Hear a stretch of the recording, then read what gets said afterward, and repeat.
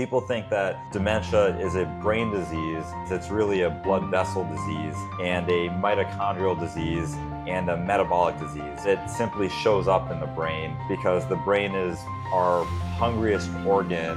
The brain is constantly hungry. It constantly requires pristine blood flow. This is why Alzheimer's is increasingly referred to as type 3 diabetes, which is diabetes of the brain. You're actually so early in the process, early enough that everything you do right now matters more than anything you can do after the age of 75. It's this fear of losing yourself while your body's still running fine. Every 5% drop in lean muscle mass increases your dementia risk by 10 to 12%. Addressing metabolic health, vascular health, sleep, physical activity, and education. Welcome to MD Longevity Lab, where we're playing the long game. This is a podcast where science meets real life with expert insights, practical tips, and real-world tools to not only live longer, but live better. Our aim is to radically change the way medicine is practiced and enable individuals to age gracefully, maintaining health span and vitality well into their later years. We're your hosts, Dr. Nisha and Dr. Vikas Patel, physicians, partners in life, and parents balancing work, wellness, and everything in between. Let's dive in.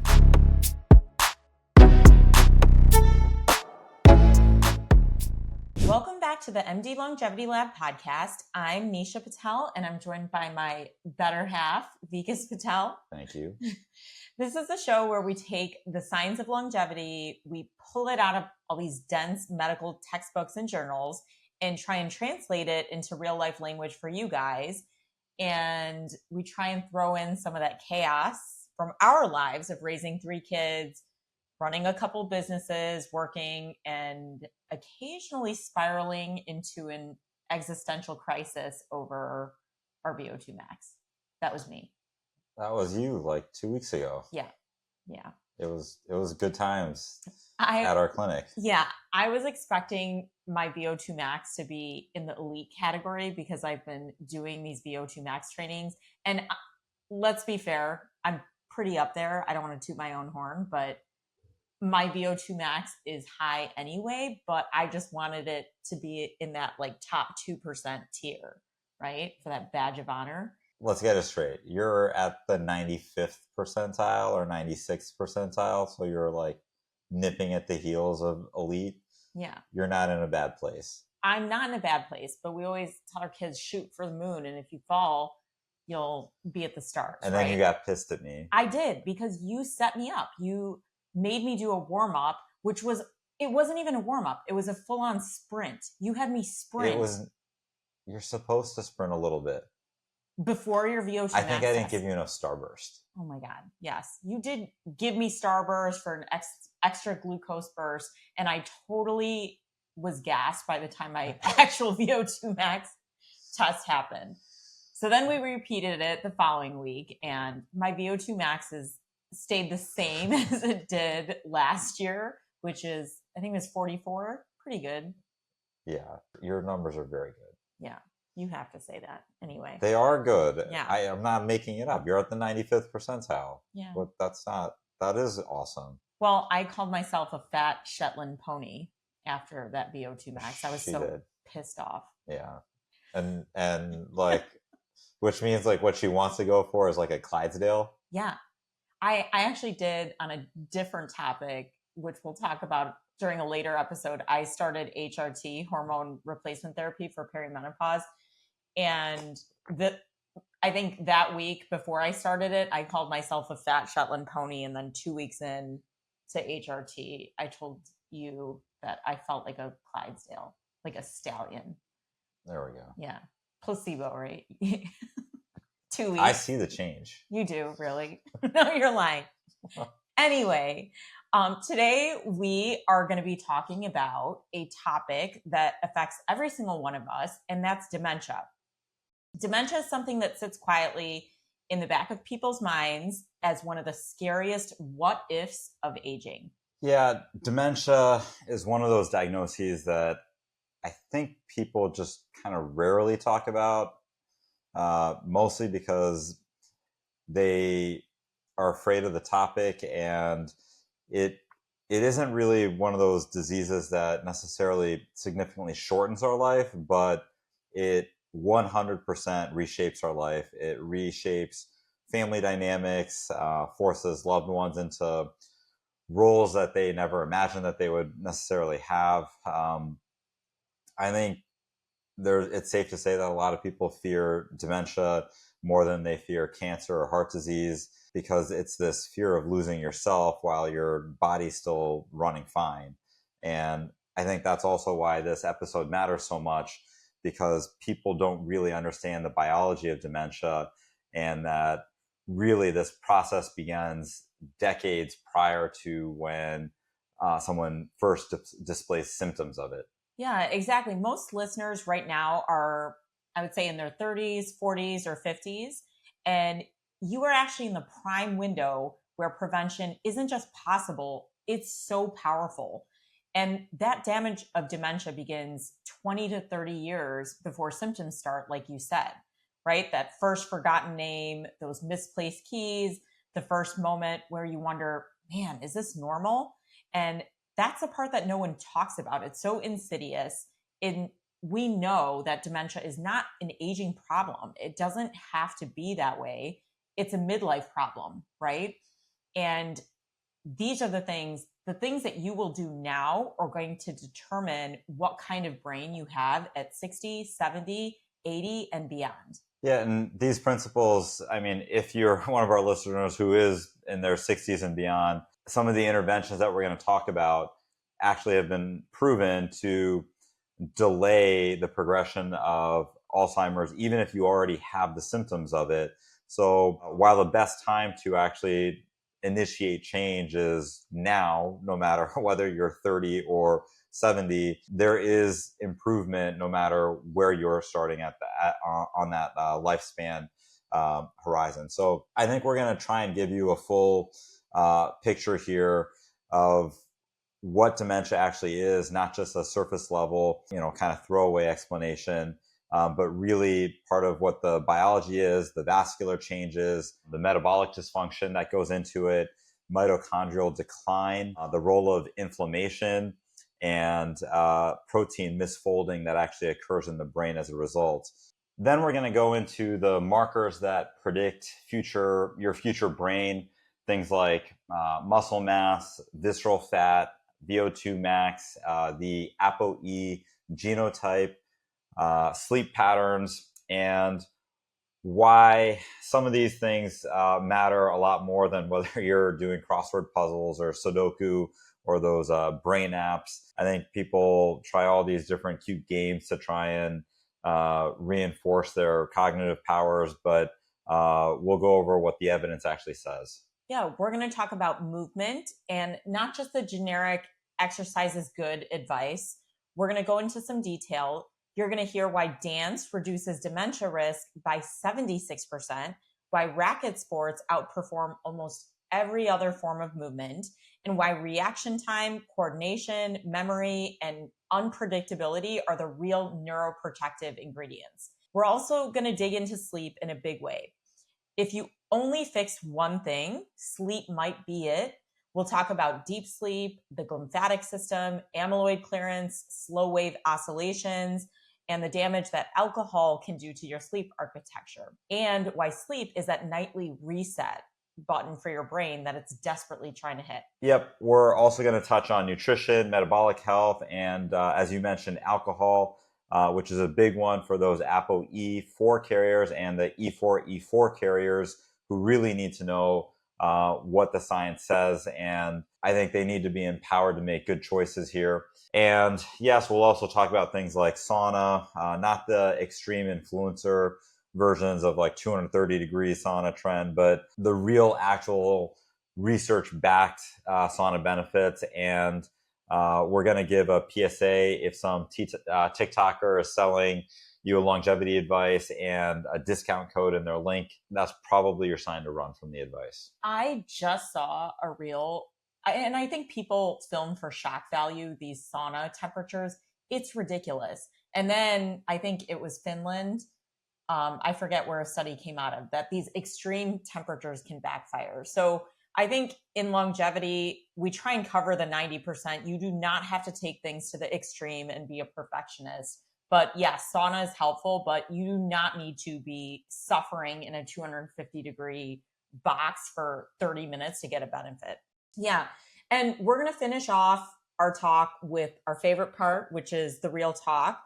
We're going to touch on the truth about our own journeys. I'll share my story of my first DEXA scan and how discovering that I was under muscled in my 40s was a huge shock, total gut punch, but also a turning point.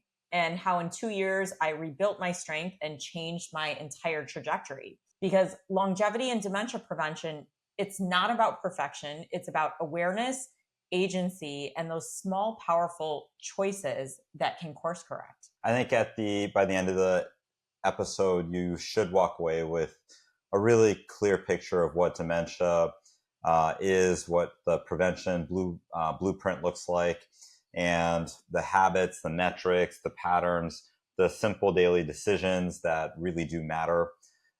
We'll try to leave out the gimmicks and the influencer hacks. So we'll try to get to the real fundamentals here and the 5 pillars that really determine 80% of what the long-term brain health is going to look like. And that really comes from lifting, moving, fueling appropriately, sleeping adequately, and connecting. Yeah, this episode's big. It's dense, but it's going to be empowering. And it's going to change how you think about your brain and your future. So let's get into it, because we're not just living longer, we're playing the long game, as we always say, right? That's right. So in this first segment, we're going to cover that dementia isn't really an aging problem. It is a midlife problem. And I want to reframe that conversation appropriately. The old way of thinking about this, and also partially why a lot of the newer drugs that are coming to market don't work so effectively, is that those medication interventions are happening once patients are already symptomatic. And we really need to make changes, not when somebody's 70 or 80, but decades earlier, in order to switch the mindset to prevention. So I wish every person kind of really understood in midlife that that this is the time that we should be focusing on preventing some of the slippage that will lay the foundation for those later years, long before anyone suspects that something's actually wrong. The first sparks of dementia really began quietly. It's subtle inflammation, small changes in the blood vessels, early metabolic dysfunction, slowing of the output of our mitochondria and how many mitochondria we have. It is sleep disruption that compounds over years. You don't really feel those kind of changes happening, but the biology is shifting under the surface. And once you've accumulated enough damage, that's when we start actually displaying some of the symptoms. Yeah, and that's a part that's both terrifying and empowering at the same time, because most of the people listening to this, whether you're driving to work on your commute, walking your dog, or running errands, you're actually so early in the process, early enough that everything you do right now matters more than anything you can do after the age of 75. We say this all the time at our lab. Midlife is the moment, right? It's not the decline phase. And midlife is this decade where small changes hit the biggest targets. And that's such a powerful mindset shift, because it means you are not helpless. You have agency and you are not behind. You're just getting started. This is also where the Four Horsemen of chronic disease come in. So I think you guys have heard us talk about the Four Horsemen, first described by Peter Attia: cardiovascular disease, metabolic disease, neurodegeneration, and cancer. These are not really 4 separate pathways. They're all interconnected systems. And 2 of them, cardiovascular disease and metabolic disease, are the true upstream drivers for dementia. If you fix your metabolic health, you fix your vascular health, then the net product of that is that you dramatically reduce your risk of neurodegenerative conditions. People think that dementia is a brain disease, and in many ways, it's really a blood vessel disease and a mitochondrial disease and a metabolic disease. It's just that it simply shows up in the brain because the brain is our hungriest organ by mass. It only takes up 2% of our body. However, it takes up 20 to 25% of our metabolism. Exactly. And if you want proof that dementia is lifestyle related, we can just look at the blue zones. These are communities that aren't doing those cognitive games or Sudoku puzzles that you were talking about. They're not heavy on supplements or biohacks or shortcuts. They're doing life, but in a way that naturally aligns with brain preservation. They move all day without calling it exercise. They're socially connected, which protects their hippocampus. They eat whole foods, not ultra-processed foods, which stabilizes their metabolic health. And they sleep, not because they're trying to track it and perfect it, but because they respect it.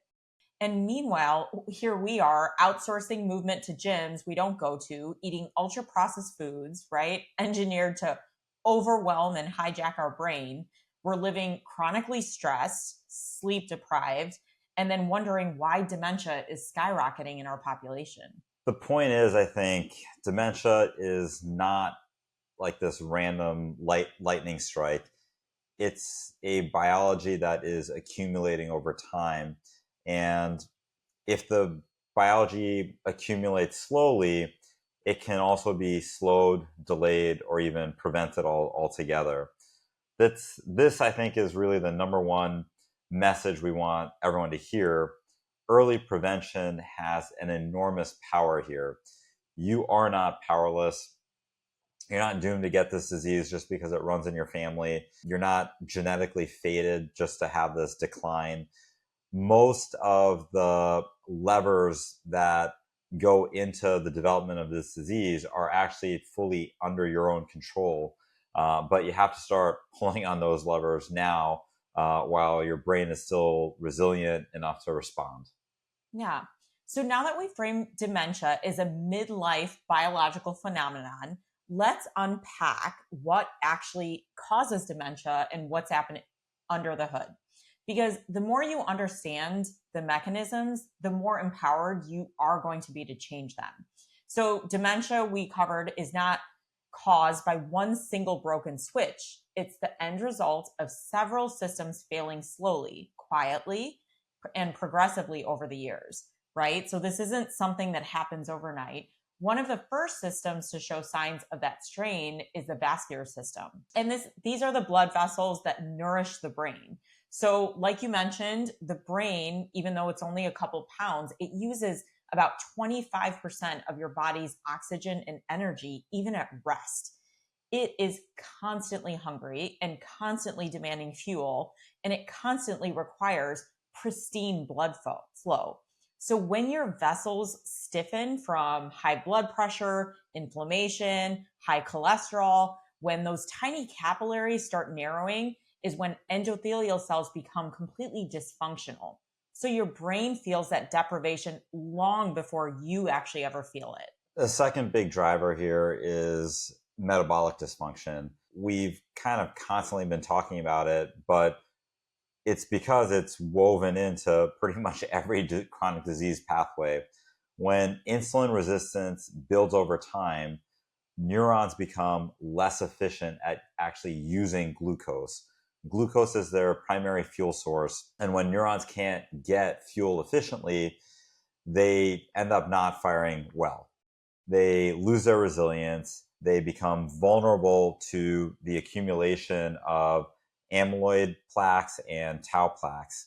And when people do scans of the brain and they see this burden of plaque in the brain, we know that there's a much higher risk in patients who have this accumulation of plaque that they're gonna that they may ultimately display symptoms of dementia. And we know that this is partially metabolically driven.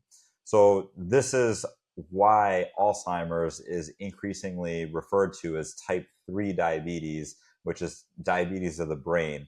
The metabolic decline in the body becomes the metabolic decline in the brain as well. Yeah, and let's not forget inflammation, right? Which is one of the villains in almost every story of modern chronic disease.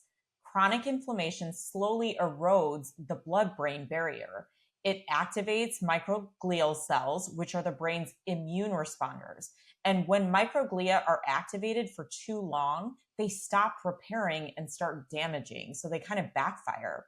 They prune synapses excessively, and they contribute to neuronal death. So inflammation also directly accelerates amyloid deposition, which you talked about.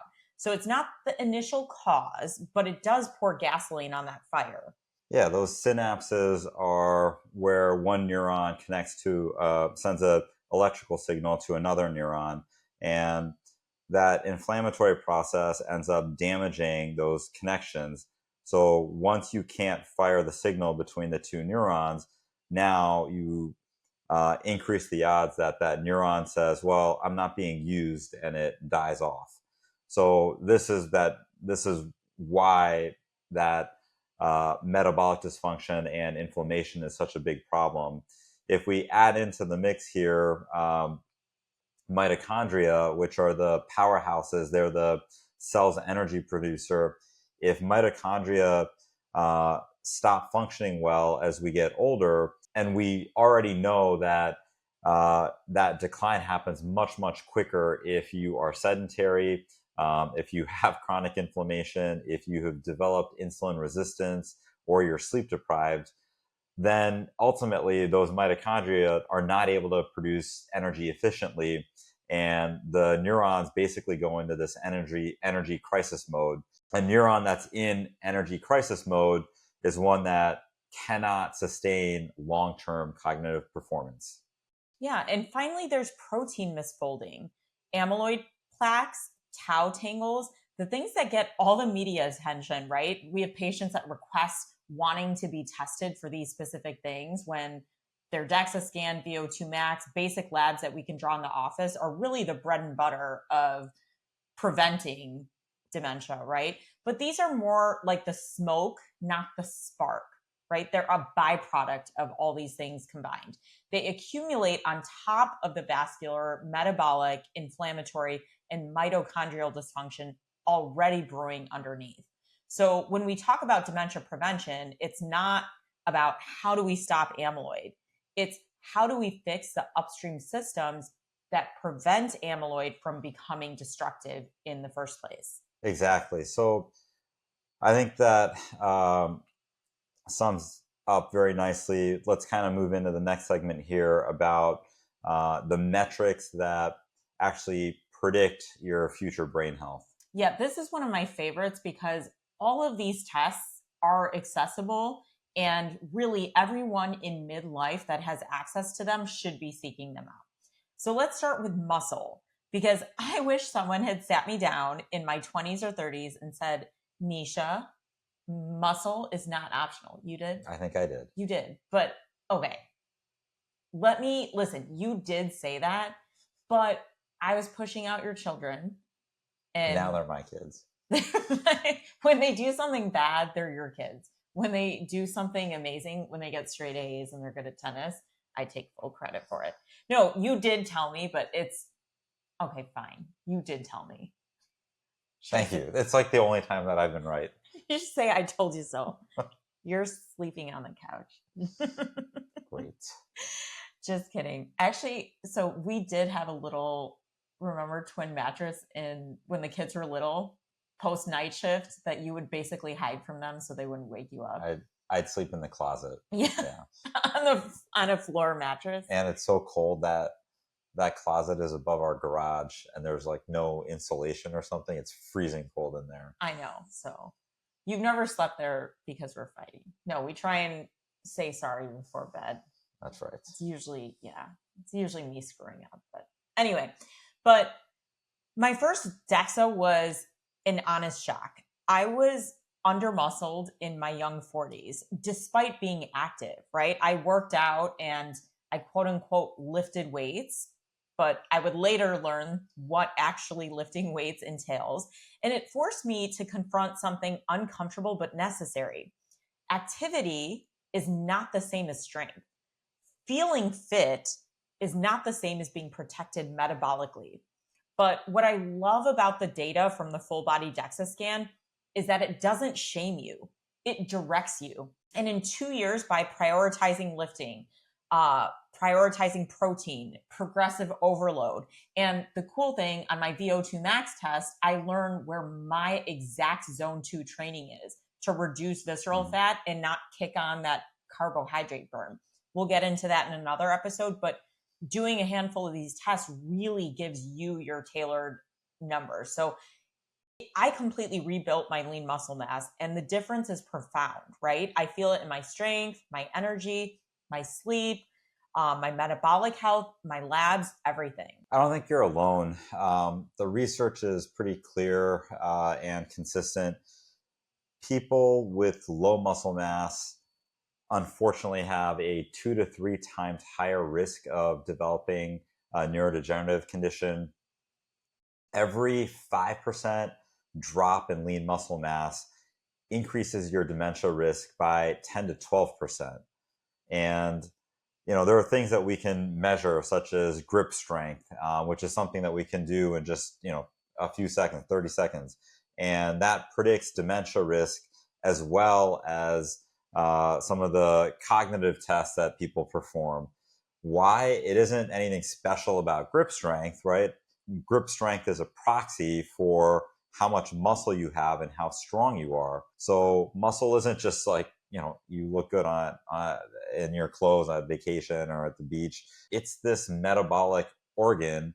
The more muscle you have, the more insulin sensitive you are, because muscle is the first sink for the carbohydrates that we eat in our food. So every time that we pick up the donut and we get this huge rush of sugar into our system, your muscle needs to saturate with all the glucose first before your insulin really spikes up and can potentially cause metabolic dysfunction. And let's not forget the correlation between visceral fat and dementia. And this is a huge one for our patients. I think it's a real eye-opener. And we've mentioned that visceral fat is that deep inflammatory fat that sits around your organs. It's not that pinchable fat under your skin. It's the fat that releases inflammatory cytokines that crosses into the brain and accelerates degeneration. So if you want to prevent dementia, if you have a loved one, a parent, a grandparent that has one, you should know where you stand with your visceral fat. You need a full body DEXA scan. You can't guess it, you can't feel it, and you can't eyeball it. So, and this is an 8-minute test that we do in the office, so it's pretty quick. Absolutely. I think the next one to really focus on is VO2 max. You've heard us talk about it before. VO2 max is not just a fitness metric. It's really a brain health metric. The higher your VO2 max is, it correlates with a larger hippocampal brain volume. That is the memory center of the brain. Low VO2 max correlates with a 5.3 times higher risk of developing Alzheimer's. So low VO2 max means in the bottom 25th percentile of the population. People with a high VO2 max, so in the top quartile of the population, they are cognitively 10 years younger than people with a low VO2 max. And that's even when they're the exact same age. This is really why aerobic training is not negotiable if your goal is to have vibrant, healthy brain for the rest of your life. All right, let's move into some of the lab and blood biomarkers and tests that we do, because dementia prevention without data is just kind of like guessing. So every patient that we see gets a core set of labs, right, that are designed to assess brain risk decades before symptoms appear. And this is where a lot of people get misled by these flashy direct-to-consumer tests that give you numbers without context. There's so many companies now, all these Instagram ads and TikTok, like order these labs and you just get 300 numbers, but you don't know what those numbers actually mean. I think one of the most important tests that we run on our patients, especially from the dementia perspective, is their ApoE genotype. So this is a one-time test. You only need to have it done once. Your genes don't change. And it tells us really how your brain handles lipids, inflammation, glucose, alcohol, and sleep disruption. ApoE does not tell us whether you're going to develop Alzheimer's. It just tells us how vulnerable your brain is to these environmental factors that can supercharge the process of neurodegeneration. About 25% of the population, unfortunately, carries at least one allele, one gene of the ApoE4, and roughly 2% carry two copies. So you're going to inherit one copy from your father, one copy from your mother, and unfortunately, about 2% of the population will inherit one copy from both of their parents. And those people, unfortunately, have about an 8 to 12 times higher risk of developing dementia than the general population. If you only have one copy of the E4, then you're around 4 to 6 times the risk of the general population. That sounds pretty scary. Until you understand this one critical point, ApoE is a risk amplifier, not a destiny gene. And risk amplifiers respond incredibly well to the right interventions. Yeah, ApoE4 brains are more sensitive to things like insulin resistance, visceral fat, inflammation, poor sleep, alcohol, and vascular dysfunction. So these patients clear amyloid less efficiently and experience more oxidative stress than patients who do not carry a copy of that E4 gene. But here's the empowering part of this piece that almost no one talks about. ApoE4 carriers often benefit more from lifestyle intervention than non-carriers. So early action matters. Midlife action matters. So our patients that are midlife that learn that they have this copy, we actually have a plan for them, right? We need your VO2 max here. We need your lean muscle mass at this. We keep them at pediatric levels with their lipids, right? Exactly. So that component of early action and managing all the risk factors as early as possible, that's exactly right. We'll take even if they have borderline high cholesterol, right? Their ApoB is generally in an area that most doctors wouldn't even treat. In somebody who's an ApoE4 carrier, we would put them at those pediatric ApoB levels, right? We'd be targeting ApoB levels of like 40 instead of 70 in the average population. So we do have quite a few patients who have either one or two copies of the ApoE gene, which puts them at that higher risk. And we are very intentional and specific about the targets that we give. So the lipid management matters because we want them to be able to protect the blood flow and not develop plaques in the brain from cholesterol. We want their fasting insulin to be as low as possible. So if you've had a fasting insulin done before, generally the lab says that under 10 is ideal. And above 10 means that you have some impaired glucose tolerance, that your body is churning out more insulin than it really should have to in order to regulate your blood glucose. In somebody who has ApoE4, I'm really targeting that I want their fasting insulin to be 5 or less. That's one way to stop the process of type 3 diabetes in the brain. We look at, as Nisha mentioned, the lean muscle mass, right? These people, we really want them to be as high as possible with lean muscle mass. Try to target at least the 75th percentile so that they have as much of a sink for glucose in their body as possible. We want to reduce that visceral fat because we know visceral fat drives inflammatory cytokines and drives impaired glucose tolerance. And lastly, we want to increase their VO2 max. All right, optimize that as much as possible because the higher your cardiorespiratory fitness, the more brain volume in the hippocampus we preserve, the more ideal your cerebral blood perfusion becomes. These aren't really like nice to haves. These are non-negotiables if you really want to lower your dementia risk. And a little bit about us, neither of us carry that copy of E4. Both of us had E3, but that does not mean we're out of the woods. So patients with E3, which is the majority of the population, still have a risk of getting dementia, right? About 2% at the age of 65. The crazy thing is that number doubles every 5 years. So by the time, if you're lucky enough to live to 90, by the time you're 90, a third of the population has dementia of E3 carriers. So we want to live into our 90s without getting dementia, and so we are very thoughtful about making sure that all of these numbers that we just discussed are as ideal as possible. I know, and I think that's the hard part. If you've seen a family member suffer or loved ones around you, it is such a painful disease process. I would say dementia, it's hard for the person that's going through it.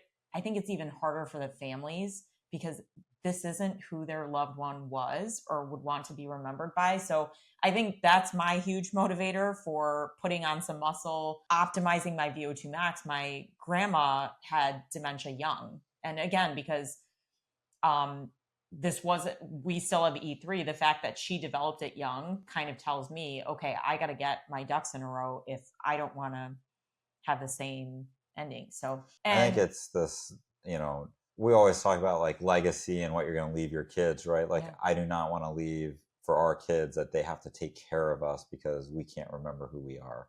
Yeah. It's just not, it's like with those things, like families are hit with all sorts of different tragedies, right? Like as a parent, you never want to have to watch your own child suffer. But the flip side of this is like, if I don't take care of myself, or if you don't take care of yourself, then we may make them suffer in the sense that they have to watch our decline in that way. And then they actually have to do something about it to help us. Yeah, I think we've normalized memory care centers in this country, that it's just a normal part of the aging process. And what we've learned in longevity medicine, it does not have to be. Nothing is set in stone, and you have agency. You have the power to prevent these diseases.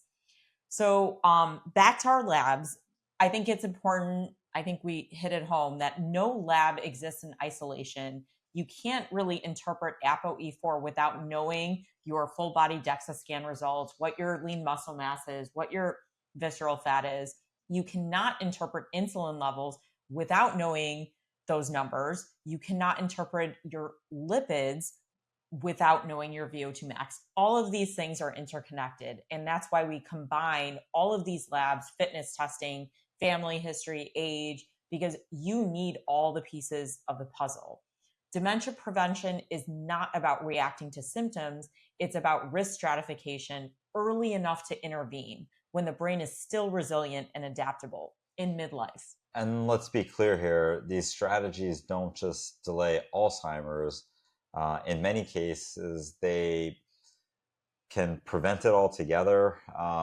And if you're implementing these strategies correctly, right, you're actually improving your all-cause mortality from all diseases, not just neurodegenerative conditions like Alzheimer's. Large population studies show that addressing metabolic health, vascular health, sleep, physical activity, and education can reduce dementia risk by up to 40 or 45%. And for the genetically vulnerable individuals, that reduction is even larger. Yeah, this is what real prevention looks like. Not fear-based genetics, not guessing, not influencer hacks with discount codes. It's understanding your biology and interpreting it correctly and using it to build a brain that stays sharp for decades to come. And now that you understand what the numbers mean, let's zoom out and talk about what dementia actually is and why it's not an aging problem at all, but a midlife biology problem. Yeah, in this segment, we're going to focus on movement, muscle, and the brain. And here's one of my favorite things to tell patients. Doing Sudoku will make you amazing at doing Sudoku. and not much else. But if you want activities that actually reduce your dementia risk, you need movement that challenges your brain, body, and coordination simultaneously. Believe it or not, dancing is one of the most powerful interventions for brain health. In the New England Journal of Medicine, they had done a study that showed that dancing actually reduces your dementia risk by 76%. That is the strongest protection out of pretty much any activity that they'd measured. Dance stimulates rhythm, sequencing, balance. It requires social engagement. It requires our vestibular functions that help to orient us to gravity and our place in the in our world. It improves our memory. It basically just lights up our entire brain like it's a Christmas tree. Yeah, and let's not forget racket sports. That's my favorite, right? Tennis, ping pong, pickleball, squash. Those are another powerhouse, and they reduce all-cause mortality by 47%, even more than running and cycling. And why does this occur? It's because tennis and other racket sports mix in coordination, reaction time, unpredictability, strategy, aerobic effort, and social interaction. We just got done playing 2 hours of tennis, you and I. We did. How'd that go for you? So, well, I was up the entire set. It was like, 3-2, then 4-3, and 5-4. And then we got to 6-6, and it ended in a tie break. It was horrible. You beat me 7-1. I got cocky at the end, though. I thought I was going to win and tire you out. You thought you were winning the whole time. I did. I was doing the fist bump like I was at Roland Garros. It was pretty fun. I wanted to make it competitive for you. No, but I hope we keep playing tennis for decades to come. We have to, because it protects our brains. I'm going to win one of these days. What Nisha touched on there, racket sports, basically, they require your brain to do calculations on what your opponent is doing. The second your opponent starts to make their movement and impact the ball, our brain has to do a bunch of math to figure out where the ball is going to be and how to position our body properly to get to the ball in time, and then coordinate our swing in order to return the ball. So that interplay that's happening constantly, on top of the fact that you're getting an aerobic exercise, this is why it's so different than running or cycling, where you're basically, if you're running outside, it is better than running inside. But there's not a lot of math that your brain has to do. You can almost be on cruise control. There's a benefit to doing trail running, because you're constantly navigating obstacles on a trail. But a lot of people who cycle, and for good safety reasons, they cycle indoors, like on a Peloton, and there's almost no other brain activation. You're obviously getting a good cardiovascular workout, but you're not helping a ton from the standpoint of, is this truly neuroprotective in the same way that something like dancing or tennis might be? That's where this pickleball boom will be a game changer for our generation, because it's hard to pick up tennis and not be good at it. You can find a pickleball partner at any level. I think pickleball is great because you can play it indoor in the wintertime. We live in Chicago and it's miserable here right now. It doesn't have a high barrier as far as cardiorespiratory fitness is concerned to just get started. And there's so much prediction that your brain has to do that it kind of hits all the buckets that we're concerned about with brain health. All right, so let's move into segment 5, which is sleep, the nightly brain detox system. Sleep is not optional. It is not a luxury, and sleep is not for people who have time. Sleep is the nightly neurological cleanse that your brain depends on for long-term survival. During deep sleep, that REM sleep, your glymphatic system activates and your cerebrospinal fluid washes through your brain, clearing amyloid and metabolic waste up to 20 times faster than when you're awake. So slow wave oscillations coordinate this process. When we do EEGs, electrical encephalograms of the brain, we're measuring the brainwave activity, and that's where we can see these slow wave oscillations. REM sleep orchestrates the emotional memory. REM sleep is crucial, but it is different than the deep sleep that helps to allow our glymphatic system to actually clean house essentially. So sleep fragmentation, even without reduced total hours of sleep, accelerates the spread of that tau plaque accumulation, those tau proteins, and subsequently cognitive decline. And then there's the elephant in the room, which is alcohol. So alcohol really just kind of destroys our sleep architecture. Even one drink will reduce REM sleep. 2 drinks will shrink deep wave sleep by up to 40 to 50%. And for ApoE4 carriers, alcohol increases neuroinflammation, oxidative stress, and metabolic disturbances even more because they're more susceptible to that damage. If there's one thing I wish people understood deeply, it's that you just can't out exercise or out biohack poor sleep. The alcohol thing, it's worth talking about, and it's not like I'm trying to promote drinking or anything, but it's culturally that we drink at nighttime, right? We drink in the evening. If you're drinking at noon and you have 2 drinks at noon, all of that alcohol is out of your system well in advance of sleep time. You will not suffer a sleep degradation from 2 drinks at noon. But if your 2 drinks are at 9 p.m. and you go to bed at 10, then yes, there's going to be a problem with the first half of your sleep. Yeah. And I think we get a lot of questions from patients. Well, you're in the longevity space, so you must not drink. No, we definitely drink alcohol. I think we've become more mindful of our choices of when we drink and how much we drink, but we certainly aren't going to deprive ourselves. But we know that if we're, let's say, out at a party or out to dinner with friends, that night we're probably picking having a good time versus having sleep. But it's nearly impossible to have both.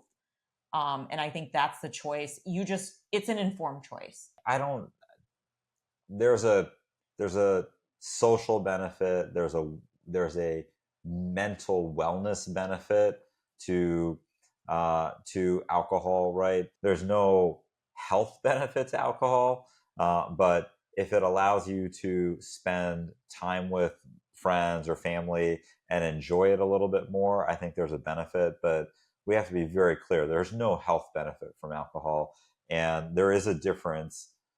There is truly a difference between finishing drinking at 7 p.m. versus finishing drinking at 11 p.m. All right, let's move into segment 6, and that's nutrition. We know that nutrition matters, and it matters more than people think.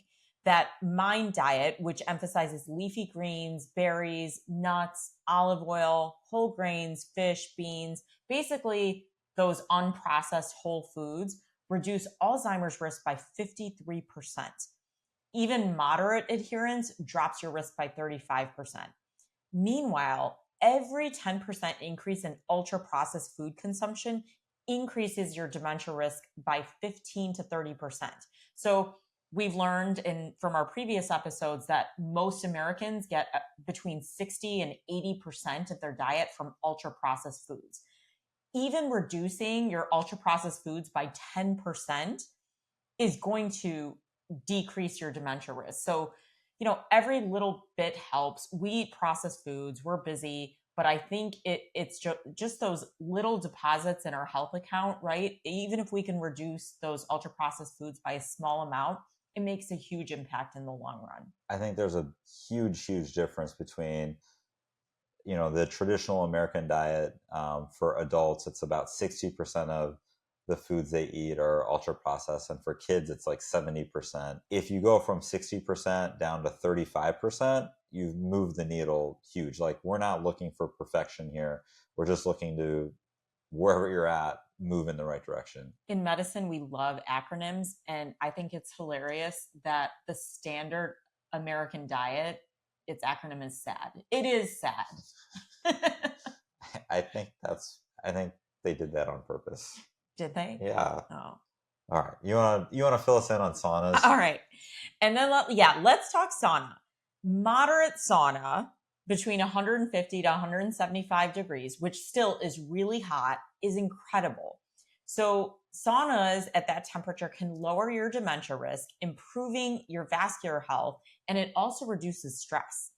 But the trend of influencers baking themselves at 230 degrees while screaming optimize is not longevity. It's insanity. And I think that's where people lose credibility and it just ends up being noise. And so many of our patients don't know what to believe because they're like, I saw this influencer and they're saying we need this. And I think it's really getting in the weeds with, we talk about nutrition, moving, sleeping, fueling, those being the fundamentals. Sauna is that kind of icing on the cake. So there's a study that shows that, exactly to your point, excessive high heat can actually increase dementia by stressing the vascular system too much and actually inducing oxidative damage. So if someone's telling you to crank up the numbers, right, to make it like dragon breath levels of heat, you need to run from that kind of advice.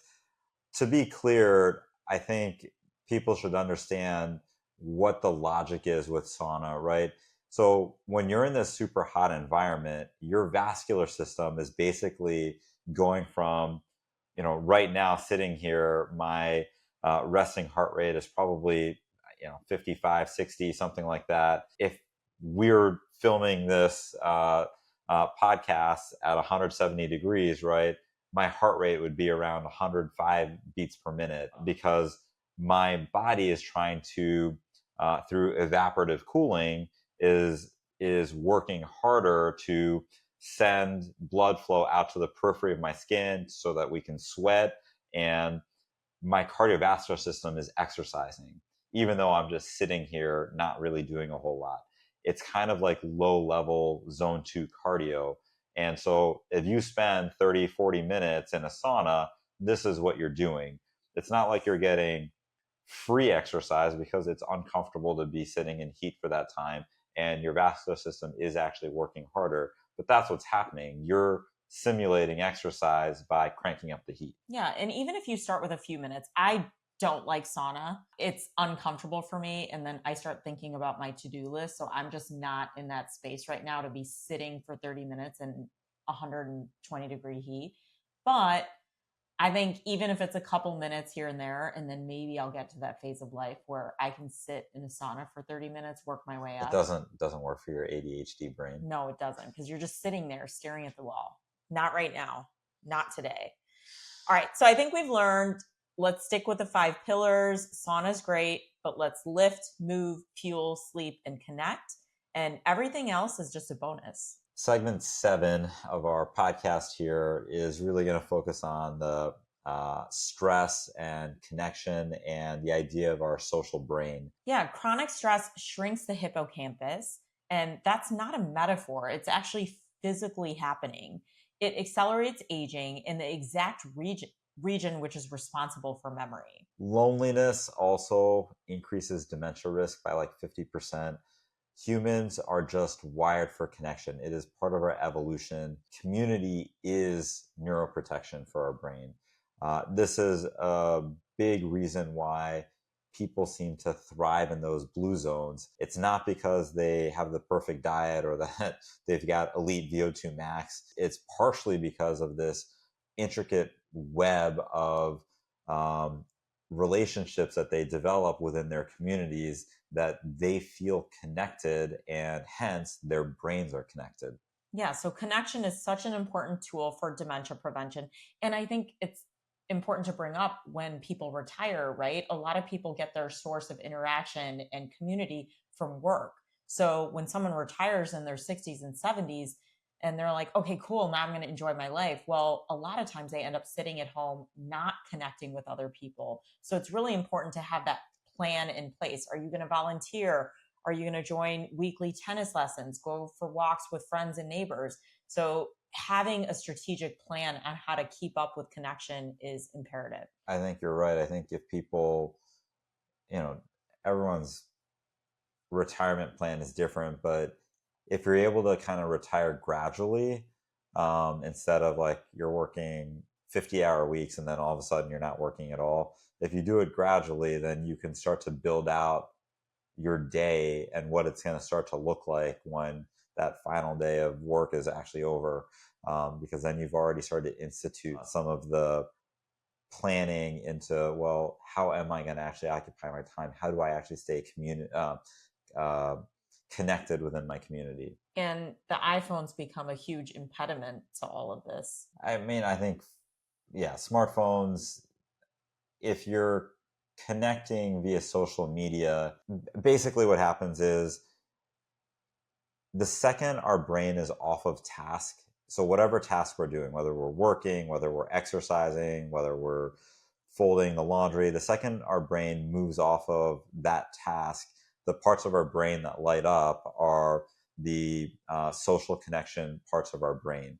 Our brain's default is to try and connect with people the second we're off of a task. And this is where the smartphone has worked against us, because it gets its fix of connection by scrolling through Instagram or Facebook, and that's not actual connection. And so people end up being lonely despite having 1,000 friends. Yeah. If you're using your smartphone to FaceTime with grandparents or loved ones, that's a different type of connection and dopamine hit. But if you're just scrolling on TikTok or Instagram, it's just hijacking those pathways. All right, let's move on to our own brain health journeys. We had talked about my first DEXA, right? I was significantly under-muscled. I think I was in the bottom 9th percentile, which is insane. I don't think I've ever been in the bottom 9th percentile of anything in my life. So that was a gut punch. Because you're an overachiever. I'm an overachiever. I mean, I think most people in medicine are. No, you know what? I was like 90%. If I got an A minus, I was good with that. It was like the least effective dose of work to get that A. Like I didn't need the 99% on my test. I know I'm not going to name any names with my siblings, but like we all have different personalities, and we have the perfectionist that needed that to strive for that A plus. For me, I was good. Like an A minus was the same as an A plus in my book, except for VO2 max. And except for tennis. But no, okay. VO2 max, in all seriousness, my rationale for wanting to optimize my VO2 max is my health history, right? I have this pink elephant in the room diagnosis of cancer. And so for me, I want to do everything in my power to optimize. So if it means bumping up my VO2 max a little to give myself the best chance of survival for myself, for you, for the kids, I'm going to do that. So we've made a little game out of it, right? It's fun. It gives me something to work towards, but that's where that perfection piece comes in. I'm okay with it, and yeah. I support it.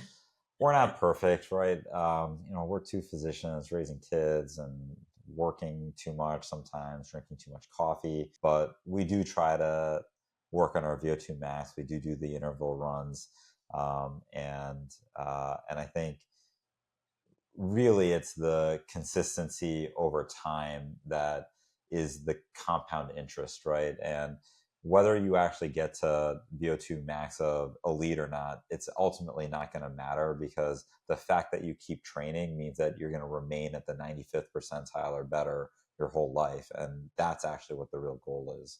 Yep. All right, let's move into the Cliff Notes part, which is the dementia prevention blueprint.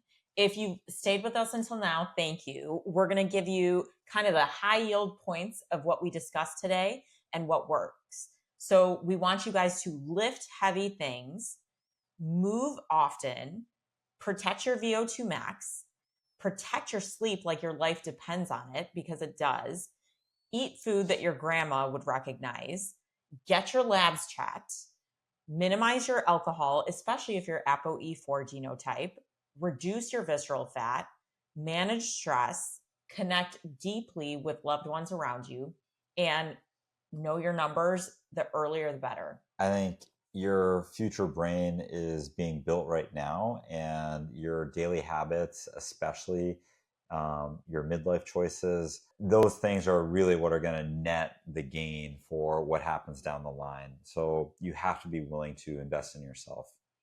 And the beautiful part about all this is that prevention is not complicated. It sometimes can be with all the noise in the longevity space. It doesn't have to be expensive. It doesn't have to be extreme. It just needs to be consistent. And you need intentional action across these 5 pillars that we talked about. So we want you remembering that your family's faces, your friends' voices, their stories, their laughter, we do not want you ending up like one of these vegetables at a memory care center, because it's really awful for not only those patients, but the family they're surrounded by. It's a horrible disease to watch. That's right. Thank you for sticking with us through this episode. I hope you guys found it informative. Please reach out to us with any feedback. And remember, we're in this to play the long game. Thank you for playing the long game with MD Longevity Lab. You can visit us at www.mdlongevitylab.com to learn more about how we can support you on your journey. Stay connected with us on social media at MD Longevity Lab for tips, updates, and behind-the-scenes insights. If you enjoyed today's episode, we'd love it if you subscribed, left us a rating, or shared it with someone you know who's also playing the long game. Thanks for listening. We'll see you next time.